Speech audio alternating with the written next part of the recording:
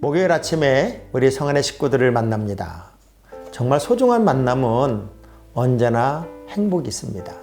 여러분 오늘도 친구, 정말 좋은 친구를 만나면 얼마나 행복할까요? 4장 30절 오늘 요절의 말씀 속에는 성령을 근심하지 말게 하라 하는 이야기가 있어요. 하나님을 근심하게 하지 말게 하라.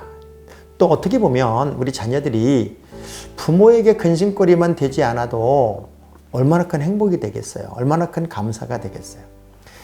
지난 시간에 우리가 새 사람 그리고 옛 사람에 관한 이야기를 나누면서 도대체 새 사람은 그 옛 구습을 벗어버리고 새 사람을 입어야 된다고 그랬는데 그 구체적인 내용이 뭘까? 오늘 이야기 속에 그 정답이 들어있어요.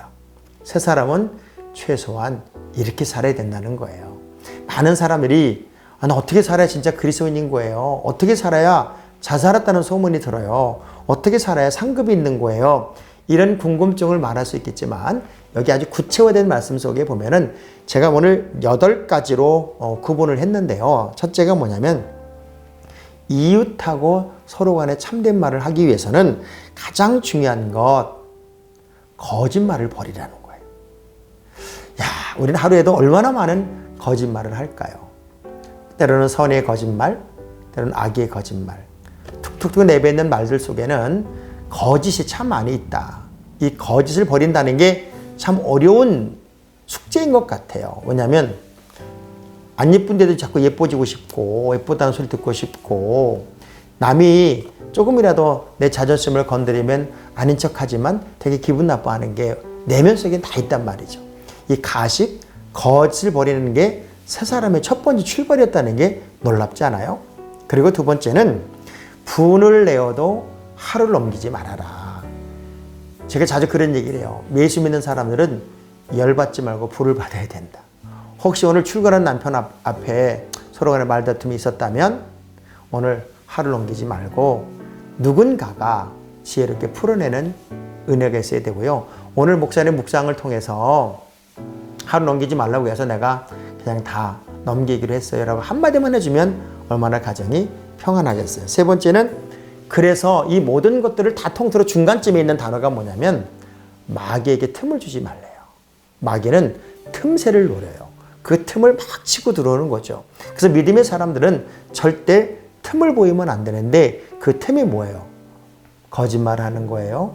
분노하는. 특별히 분노 이후에 마귀에게 틈을 보이지 말라는 얘기는 사실 욱하는 것 때문에 많은 이들이 실패를 하게 되고 단순한 생각 때문에 하나님의 복을 잃어버리게 되죠.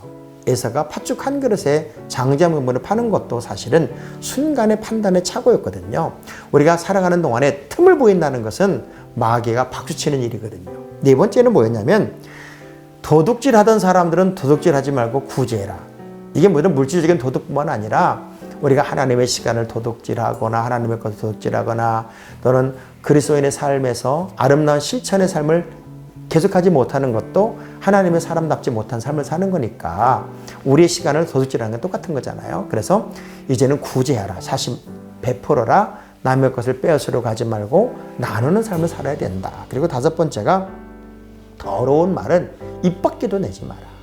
우리가 쌍스러운 언어 그리고 덕스럽지 않은 언어들은 다 배제시켜라. 그래서 선한 말, 덕이 되는 말을 하고 그래서 사람들에게 우리 말 한마디 한마디가 은혜가 되게 해라. 은혜를 끼쳐라. 그렇게 얘기를 했어요. 말은 인격이에요. 말은 능력이에요. 그리고 여섯 번째는 그래서 성령을 근심하게 하지 말래요.